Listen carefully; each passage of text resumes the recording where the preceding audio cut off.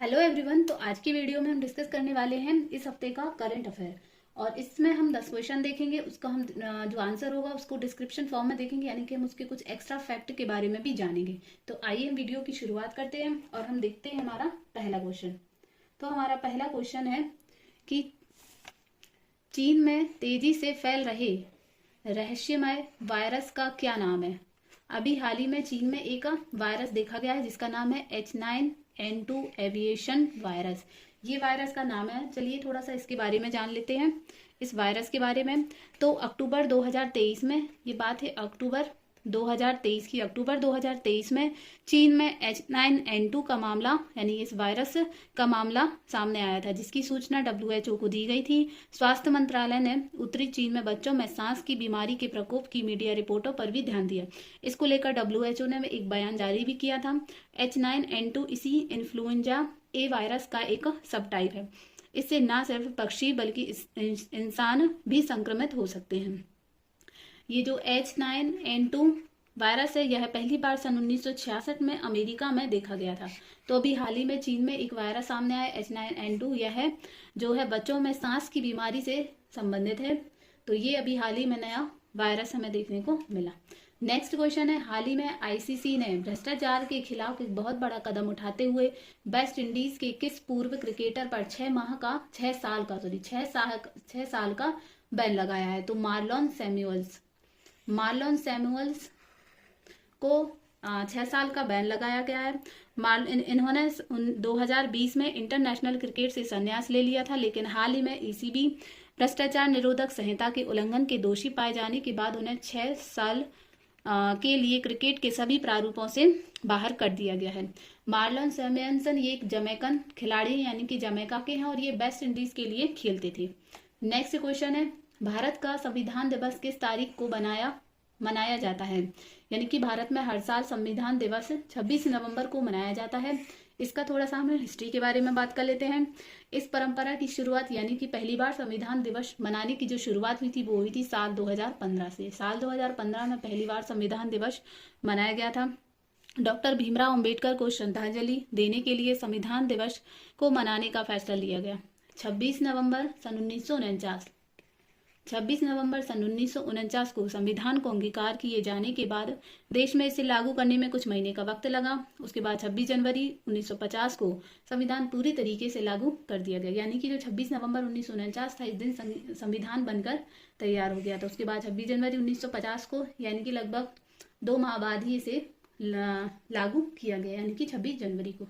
Next question है, हाल ही में खेलो India para games 2023 का पहला संस्करण 10 से 17 दिसंबर तक कहाँ आयोजित किया जाएगा। तो इसे आयोजित किया जाएगा न्यू दिल्ली में, यानी कि नई दिल्ली में।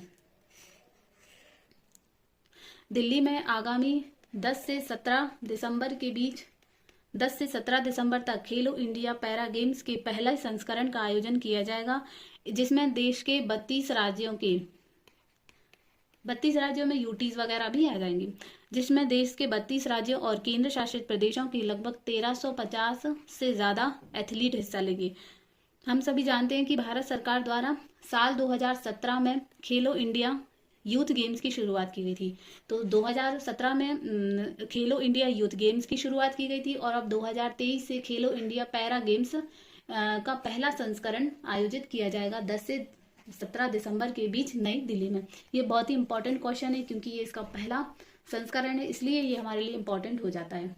नेक्स्ट क्वेश्चन है, हाल ही में किसने 26वीं बार विश्व बिलियर्ड्स चैंपियनशिप जीती है। तो पंकज अडवाणी का नाम तो आपने जरूर सुना होगा, क्योंकि बिलियर्ड्स की या विश्व बिलियर्ड चैंपियनशिप की यह अभी एकमात्र ऐसे खिलाड़ी हैं, भारत के भी देखें और हम आउट ऑफ द वर्ल्ड भी देखें, जो ये लगातार विश्व बिलियर्ड चैंपियनशिप जीतते आए हैं। तो पंकज आडवाणी ने सौरभ कोठारी को हराकर विश्व बिलियर्ड चैंपियनशिप का खिताब जीता, और उन्होंने 26वीं बार जीता है। पंकज ने अपना जो पहला विश्व खिताब था वह 2005 में जीता था, और उन्होंने साल 1999 में इंटरनेशनल डेब्यू किया था। तो इन्होंने सौरभ कोठारी भी भारत की, उनको हराया है।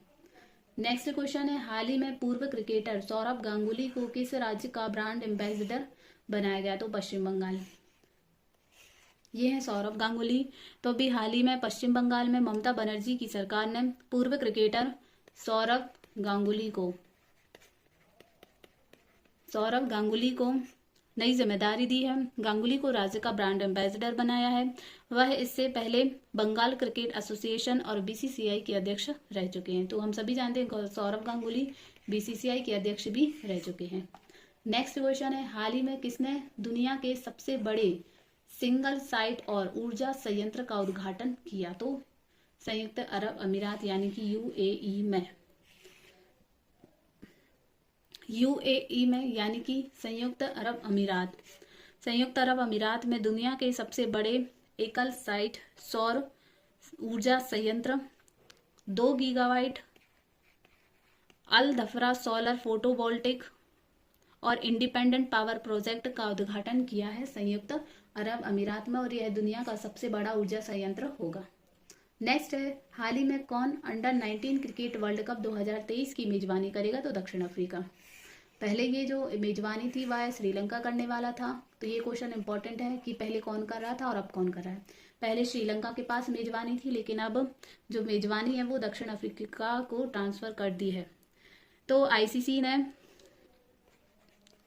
आईसीसी ने श्रीलंका से अंडर 19 विश्व कप 2024 की मेजबानी छीन ली है। श्रीलंका क्रिकेट बोर्ड में चल रही उठा पटक को देखते हुए यह फैसला लिया गया है, और आईसीसी ने अब मेजबानी की जिम्मेदारी जो है वह साउथ अफ्रीका यानी कि दक्षिण अफ्रीका को दी है। तो ये एक बहुत बड़ा फैसला है। नेक्स्ट क्वेश्चन है हमारा, इंटरनेशनल एमी अवार्ड जीतने वाले पहले भारतीय कौन बन गए हैं? तो इंटरनेशनल एमी अवार्ड जीतने वाले जो पहले भारतीय वो बन गए वीर दास। ये हैं वीर दास। अभिनेता कॉमिक वीर दास अपने नेटफ्लिक्स स्टैंड अप स्पेशल वीर दास लैंडिंग, इनकी जो नेटफ्लिक्स पर इनकी जो कॉमिक है वो है वीर दास लैंडिंग के लिए सर्वश्रेष्ठ कॉमेडी कैटेगरी में अंतर्राष्ट्रीय एमी पुरस्कार जीता है। यह अवार्ड जीतने वाले पहले भारतीय कलाकार बन गए हैं वीर दास। नेक्स्ट क्वेश्चन है, हाल ही में एटीपी फाइनल्स में किसने रिकॉर्ड 7वां खिताब जीता है? तो नोवाक जोकोविच। अब एटीपी फाइल्स जो है वह है फाइनल्स, एटीपी किस खेल से संबंधित है ये भी इंपॉर्टेंट है, पूछा जा सकता है आपको एग्जाम्स में। तो ये टेनिस से रिलेटेड है एक टूर्नामेंट, और नोवाक जोकोविच जो है वो भी एक टेनिस प्लेयर हैं। नोवाक जोकोविच किस देश के खिलाड़ी हैं? तो ये सर्बिया के हैं, सर्बिया। तो सर्बिया के स्टार टेनिस खिलाड़ी नोवाक जोकोविच ने अपना शानदार प्रदर्शन जारी रखते हुए यानिक सिनर, इन्होंने किन्हें हराया है? तो इन्होंने यानिक सिनर को हराया है। हमेशा याद रखना, जो विजेता होता है और जो उप विजेता होता है, तो हमारे लिए उप विजेता भी इंपॉर्टेंट हो जाता है। यदि आपसे डीप करंट अफेयर पूछा जाएगा तो उप विजेता भी पूछा जा सकता है। यानिक सिनर को हराकर 7वीं बार ATP finals tournament tennis tournament का खिताब जीता है। ये विश्व के नंबर 1 खिलाड़ी जोकोविच ने 1 घंटा 43 मिनट तक चले मैच में स्थानीय खिलाड़ी सिनर को हराकर 36 वर्ष की उम्र में उन्होंने एक नई उपलब्धि अपने नाम की है। तो ये था इस हफ्ते का करंट अफेयर। आई होप आप लोगों को पसंद आया होगा। यदि पसंद आता है तो प्लीज़ वीडियो को लाइक करें, शेयर करें एवं हमारे चैनल को सब्सक्राइब करें। Thank you.